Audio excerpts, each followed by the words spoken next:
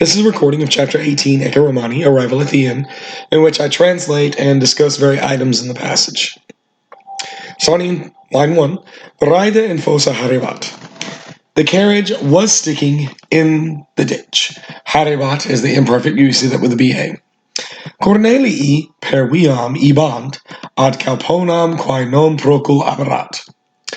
The Cornelians were going through the road to the inn ad calponam, quae, which, non procul aberat, was, that's the erat of aberat, so which was known, not procul, far, ab, away. Cornelia, quae non lacrimabat, who no longer was crying, was walking ambulabant with Eucleides, cum Eucleidae. Pueros is the first word, but you do not translate it first as it is accusative direct object. Instead, you go to Cornelius, the last word of the sentence. He's the subject, so Cornelius was calling back, or I prefer here the translation kept calling back, because kept calling back indicates again and again, which is the word previous to it, identitem. So Cornelius kept calling back again and again the boys, pueros, quod praecordebant, who, well, not who, but rather what, because they were running ahead, in front of. Aurelia, quam in calpona pernactare ad huc nolebant. So Aurelia, although she was still not wanting to spend the night in the inn, slowly, lente with long E to indicate that it's an adverb, went, was going, with Cornelius ebant, of course, from eo ire. Mox ad calponam apropinquabant. Line 5. Soon they were approaching towards the inn. Ad calponam. Namenim videbant. They saw nobody. Namenim is the accusative of the word nemo, which is a third declension word meaning nobody. Woces tamen hominum audiebant. However, tamen, they heard audiebant, the woces hominum, the voices of men. Hominum being genitive plural from a third declension word, homo, hominis. Subito duo canes e janua calponae se praecipitant et ferociter latrantes Cornelios petunt. Suddenly, two dogs, duo canes, praecipitant, they hurl, say, themselves. Say is a reflexive pronoun.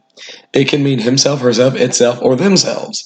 You will know by looking at the subject, and since the subject is two dogs, then it is going to be themselves. So they hurl themselves e janua calponae out of the door of the inn et ferociter latrantes. Latrantes is a participle, a present active participle to be sure. You can usually identify these by an nt from a verb with a third declension ending following it. So latra latrare means to bark. So latrant has the nt with the third declension endings a's. And it's modifying here the dogs, agreeing in the case, number, and gender. And barking fiercely, ferociter, you see the other way by which you can make an adverb, not a long e, but an iter. They petunt, they seek, they look for, they attack Cornelios, the Cornelians. Statum fugit sextus, stat immobilis Marcus, Aurelia perterrita exclamant, a tricolon crescanes with the actions of all three members of the family. It says, immediately Sextus runs away. Marcus stands motionless. The immobilis here could be 5 different things. Nominative singular masculine, nominative singular feminine, genitive singular masculine, feminine, or neuter. 5 possible things. Here it's obviously nominative singular masculine. And also, we in English want to say that he stands motionlessly with an ly, but in Latin they prefer the adjective to modify the subject. So the motionless Marcus stands. Aurelia perterrita, the terrified, exclaims. Same thing in English. We want to say she exclaims, she shouts out, terrifiedly. Cornelius ipse nihil facit. Cornelius himself does nothing. Cornelia tamen, Cornelia, however, non fugit, she does not run away, said, but she extends her manum, her hand, towards the dogs, ad canes, Ecce Marque, inquit. Look, Marcus, she says. He canes latrant modo. Modo here is going to mean only. If it were to have a long O, it would free from the noun modus modi, which means way or method. But here, without the long O, you can tell that it is just merely the adverb only. So she says, He canes latrant modo. These dogs only bark. Nullum est periculum. There is no danger. Ecce sexte. Look, Sextus. Caudas movent. They, the nt of movent. They move their tails. The tails do not move. The they is the understood subject, dogs. Eo ipso tempore, ablative, by, with, because of, from, in, on, at. Eo, that. Tempore, time. Ipso, itself. So at the time itself, a homo obesus, that's our subject. A fat man apparuit. Please note the apparuit has a U. Very often a perfect tense verb. In its stem, with a perfect stem, will have a V, a U, an X, or an S. And this one has the U. So it is perfect tense, meaning it occurred in the past, and it's completed. Appeared, did appear, has appeared, at the door, ad Januam calponai, of the inn. A fat man, homo obesus, qui, who, recalled. Again, with re will cavit, you can see the V of the perfect tense. Who called back, did call back, has called back, the canes, the dogs. Salvete hospites. Hello, guests. Guests, of course, being in the vocative case. The vocative is almost always the same as the nominative. He said, in capona mea pernactare vultis. Do you wish, do you want, vultis, to spend the night pernactare in my inn in capona mea? Hic, with the long I, is going to mean here. So here, multi ques praeclari. Many famous citizens, pernactaverunt, have spent the night. It's another perfect tense. You can tell it's perfect tense by the fact that I have the perfect stem and one of your perfect endings. E, isti, it. Emis, istis, erunt. And this is pernactaverunt.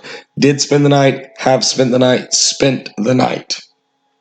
He then says, Olim, hic, pernactavit, etiam legatus principus. Once upon a time, even etiam the legatus principus, the ambassador, the envoy, legatus principus of the emperor, of the first citizen, did spend the night, pernactavit, spent the night, did spend the night, has spent the night. Salve, mi Apollodore. Hello, my Apollodorus. Interrupted. Interpelavit again has the V. Did interrupt, has interrupted, interrupted. Euclides. Quid what are you driving? Here it's an idiom. Remember that an idiom is a non-literal expression of words that means something different than what literal words mean. And quid literally, what are you driving, turns into, how are you doing? What's going on? Me Hercule, by Hercules, responded Calpo. Now, responded Calpo has a lot of things going on. First, Calpo is your subject. It does not have a long O ending. Instead, that is the variant of the subject. The other is respondent. Now, present stems that you find in the second principal part and perfect stems that you find in the third principal part will look rather the same. It does not always have a V or a U or an S or an X. And such is the case with respondent. Its perfect stem is identical to its present stem. But the perfect is going to have e isti it, which we see here, whereas the present would have the present stem respond, the present vowel for a second conjugation verb, long e, then a t. So the difference is respondet, he responds, respondit, he responded. He then continues in line 16. Nisi erro, if I do not make a mistake, unless I make a mistake, erro errare, to make a mistake. I recognize agnosco, meam amicum Euclidem, my friend Euclides. Non erras inquit Euclides. Euclides says, you do not make a mistake. You do not err. Litus te video, I, litus, the happy one, see you. We in English, once more, want to say, I happily see you. Or idiomatically, I am happy to see you, but that's not what the Latin says. The Latin says, I happy see you. Quod rida domini mei in fossa, because the coach, the carriage, rida, domini mei, of my master, genitive case, haeret immobilis, sticks in fossa, in the ditch, and it sticks immobilis, motionless. Again, immobilis modifies the rida, the nominative subject, but we would like to make it into not immobilis, but immobilitaire, in which it would be saying that it sticks in the ditch motionlessly. He then continues to say, it is necessary, necesse est, pernoctare, to spend the night, hic in Calpona, here in the inn. If the hic did not have a long I, and instead were a short I, it would just be the word this, but instead it is the word here. Doleo inquit calpo. I am sad, the innkeeper says, quod ride est in fossa, because the carriage is in the ditch. Sed gaudeo, but I rejoice, I am glad, quod ad meam caponam nunc venitis, because now you come, you are coming, you do come in the present tense, venitis, ad meam caponam, to my inn. Entrate, omnes. Come in, enter, everybody. Omnes, of course, in the vocative case. But nevertheless, I apologize for my gravelly voice, but nevertheless, that is the translation.